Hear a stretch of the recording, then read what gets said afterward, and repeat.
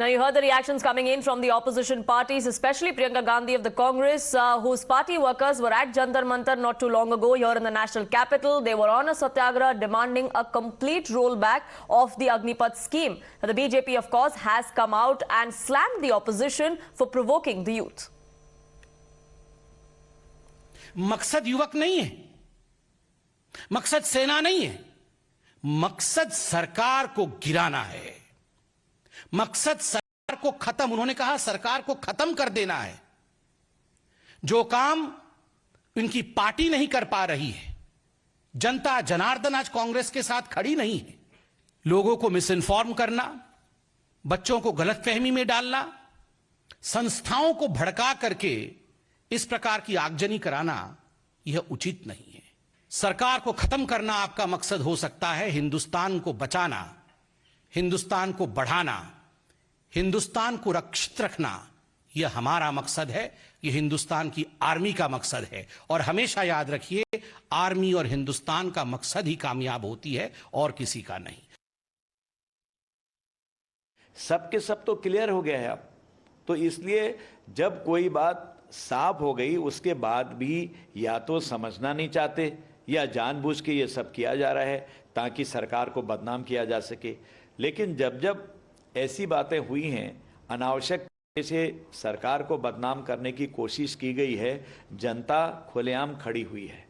इसलिए इसको बिल्कुल मैं आपको दावे के साथ कह सकता हूं कि किसी भी हमारे युवक का अहित होने वाला नहीं है, इसमें हित ही हित है। Sumansi Raman, political analyst, now joins us on this broadcast. Senior journalist Shekhar Iyer also with us. Sumansi Raman, I want to begin with you. It's not the government that has come out and said that we will not roll it back because it is the need of the hour. It is the men in uniform, it is the tri-services that have come out unequivocally and said that this is the most progressive reform our forces can see as far as modernization of our forces is concerned, or at least making them younger. Combination of youth and experience is what is needed, and this is the reform that can get us that. Why then keep politicizing? Okay. First of all, I think a large part of the protests that have been happening across the country is in the abrupt manner, is a reaction to the abrupt manner in which this entire announcement has been made. As you saw on television, there are lakhs of youth who have been preparing for their tests and entrance tests and so on to join the armed forces for the last couple of years. Now, they have gone through a process with the expectation that this is going to be a permanent job and they would be in the armed forces for the duration of 15 years and they would be entitled to a pension at the end of it. Now, all of a sudden, they are told that that is not going to be the case. So I think that the fears or anxieties of these of the lakhs of youth who have been preparing have to be assuaged or have to be understood. Of course, there is no question that the manner in which they have protested is completely unacceptable with violence and arson. But I think that there is a very strong case for the government to potentially look at putting off the scheme by at least a year or two, so that those aspirants who have already been preparing for the last couple of years, at least they get one shot at their opportunity to become a regular soldier. So I don't see it as being unreasonable.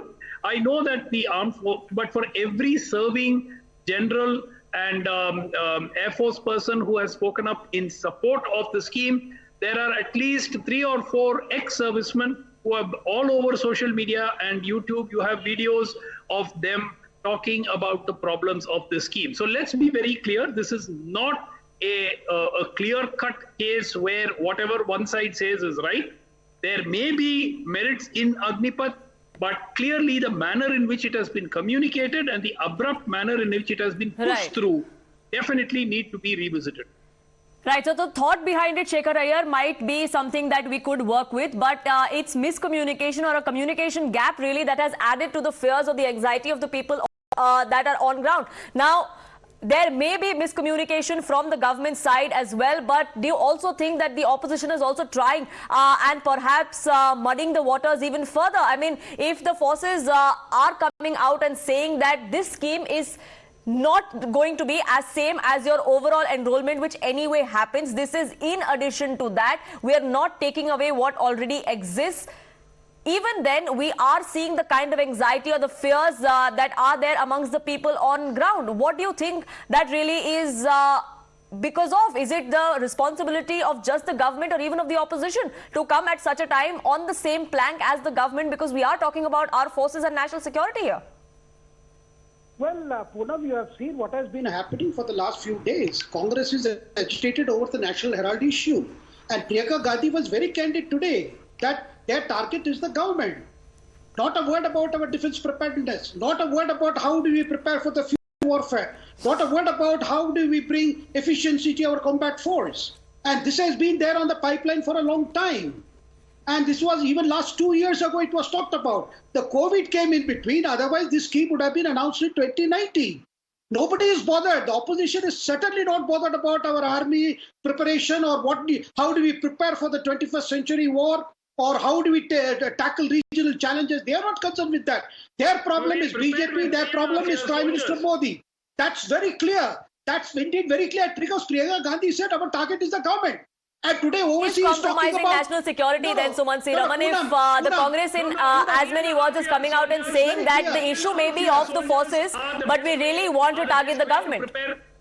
No, I mean, I'm amazed that Mr. Shekhar Iyer says that the best way to improve or enhance the security is to have contract soldiers who are trained for 6 months and then serve for another 3.5 years. See, no military decisions are not taken by popular will. The military is a professional organization. No, and that is not the way military reforms have happened. Military reforms have not happened by way of popular consensus. Military decisions are taken by what is necessary for the army. Army is not a recruitment agency. Army is not an employment guarantee agency. Spoken out saying that it takes 5 to 6 years minimum to prepare a soldier to be battle trained and fit.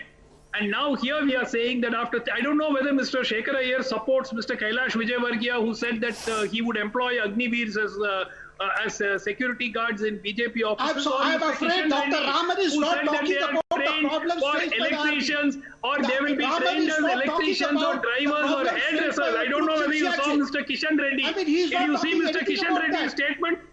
Did you see Mr. Kishan Reddy's statement? Not reflect the concerns of the army. But they are ministers, sir.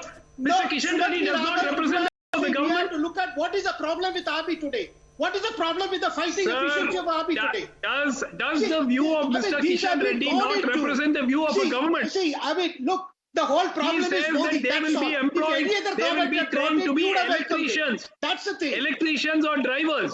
Is that what the soldier is training for? Army does train people for electronic. Army does train people for electrical. No. Army does several soldier.